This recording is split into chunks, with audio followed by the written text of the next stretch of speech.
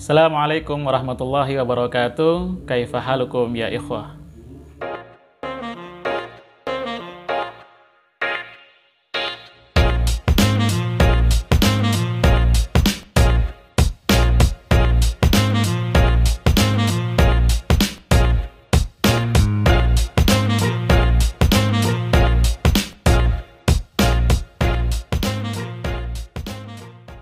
Mempelajari bahasa sudah lumrah. Materi yang pertama disajikan dari yang terkecil sampai yang paling besar. Dari yang sederhana sampai yang kompleks. Mulai dari komponen bahasa yang sederhana, yakni huruf, sampai komponen bahasa yang kompleks, yakni paragraf, artikel, dan karya sastra. Di dalam bahasa Arab, komponen terkecil yang dipelajari adalah huruf, yang biasa dikenal dengan huruf hijaiyah. Sedangkan materi yang kompleks dan butuh bertahun-tahun mempelajarinya, yaitu karya sastra. Di pesantren, umumnya, para santri telah akrab dengan istilah-istilah seperti isim, fi'il, huruf, kalam, alamatul i'rab, mahal, marfu'atul asma, mansubatul asma, majruratul asma, awamil nawasib, awamil jawazim, yang tentunya istilah-istilah di atas berkaitan dengan pelajaran bahasa Arab. Ilmu yang mempelajari kaidah-kaidah gramatika bahasa Arab disebut nahwu shorof. Jika seseorang ingin menguasai bahasa Arab, pertama yang harus ia kuasai adalah nahwu shorof dan perbanyak hafalan kosakata. Namun, meskipun seseorang telah hafal kaidah-kaidah nahwu shorof dan banyak sekali kosakata yang telah ia hafal, bukan berarti langsung bisa memahami dan mengerti bahasa Arab. Salah satu poin penting memahami bahasa Arab adalah mengerti susunan gramatika kalimat bahasa Arab yang sudah berbentuk paragraf. Di dalam bahasa Indonesia, susunan baku yang membuat pendengar mengerti atas maksud dan tujuan kemana arah pembicaraan teks adalah susunan SPOK. Sehingga apabila pendengar telah mengetahui peran setiap kata yang diucapkan maupun ditulis, maka pendengar sangat mudah memahami sebuah paragraf. Salah satu contoh kalimat dalam bahasa Indonesia yang mengandung unsur SPOK yaitu saya makan nasi di warung. Saya yang sebagai subjek yaitu S, makan sebagai predikat P, nasi yang di sini sebagai objek O, di warung yang di sini sebagai keterangan SPOK. Sedangkan di dalam bahasa Arab, menentukan mana subjek, mana predikat, mana objek, serta yang mana keterangan sedikit sulit. Hal itu disebabkan susunan gramatika bahasa berbeda antara bahasa Arab dan bahasa Indonesia. Namun, ada beberapa tips yang bisa digunakan untuk mengetahui subjek, predikat, objek, dan kata keterangan apabila berhadapan dengan teks bahasa Arab. Akan tetapi, sebelum itu, perlu diketahui bahwa di dalam bahasa Arab, subjek itu ada dua macam. Yang pertama, subjek isim dzahir, yang berarti tampak dan jelas. Yang kedua, subjek isim dhamir, yang berarti kata ganti dan tersembunyi. Selain itu, harus bisa membedakan antara isim, fi'il, dan huruf. Isim di sini merupakan kata benda, fi'il kata kerja, sedangkan huruf adalah kata sambung. Lalu, apa tips yang bisa kita gunakan cara bagaimana mengetahui subjek dan predikat ketika berhadapan dengan teks bahasa Arab. Yang pertama, carilah fi'il yang merupakan kata kerja. Lalu setelah itu, kata setelah fi'il, kamu bisa pastikan itu adalah subjeknya.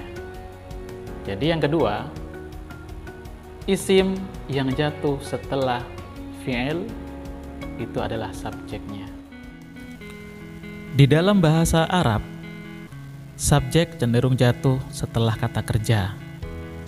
Subjek ini disebut fa'il di dalam kaidah ilmu nahwu. Berbeda dengan bahasa Indonesia yang cenderung mendahului kata kerja. Subjek berada sebelum kata kerja. Coba kita praktekkan pada teks Arab berikut, manakah kata kerja? Untuk mengetahui kata kerja di dalam teks, pertama, sisihkan kata selain kata kerja. Di dalam ilmu nahwu, kata dibagi menjadi 3. Isim, fi'il, huruf. Isim, kata benda, fi'il, kata kerja, dan huruf, kata sambung. Untuk kata benda, cirinya mudah saja. Apabila ada huruf jar, berarti dia adalah kata benda. Atau jika didahului dengan alif lam, maka kata benda.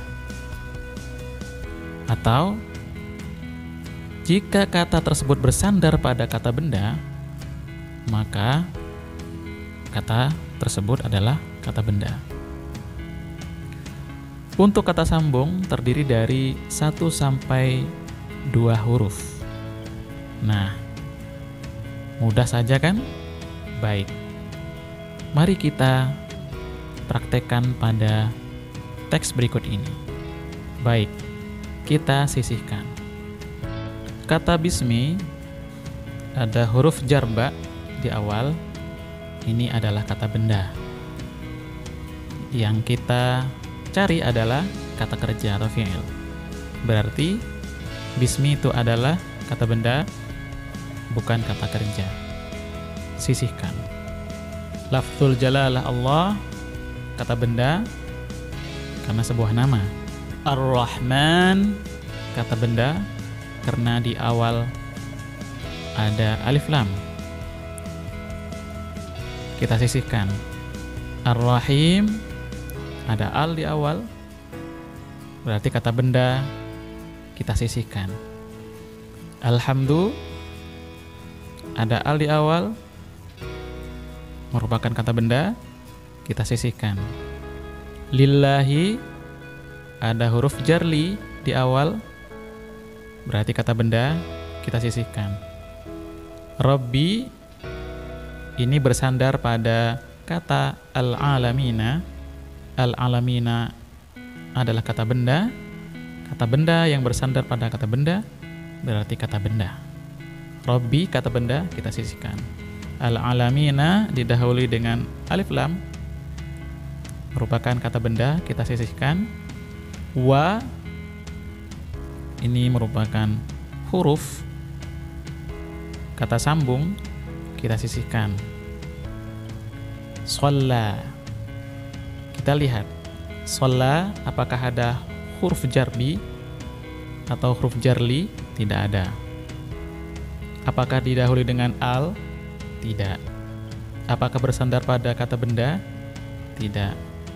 Berarti ini adalah fi'il. Ini adalah kata kerja.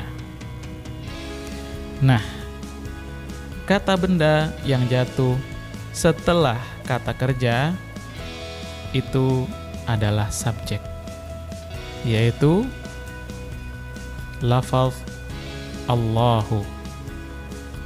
Lafaz Allahu. Nah, inilah subjek yang jatuh setelah kata kerja atau fi'il. Tentunya tips ini tidak cukup untuk memahami keseluruhan sebuah paragraf. Ini berfokus hanya kepada subjek isim dhahir dan fi'il sebagai predikatnya. Belum menyentuh pada subjek isim dhamir. Ini baru susunan subjek predikat dalam kalimat verba. Di dalam bahasa Arab ada juga susunan subjek predikat kalimat nomina yang tentunya identifikasinya lebih sulit daripada kalimat verba yang ada di dalam paragraf. So, jika ada waktu, saya akan membahasnya semuanya, baik kalimat verba dalam bahasa Arab maupun kalimat nomina dalam bahasa Arab, dan bagaimana cara menerjemahkannya.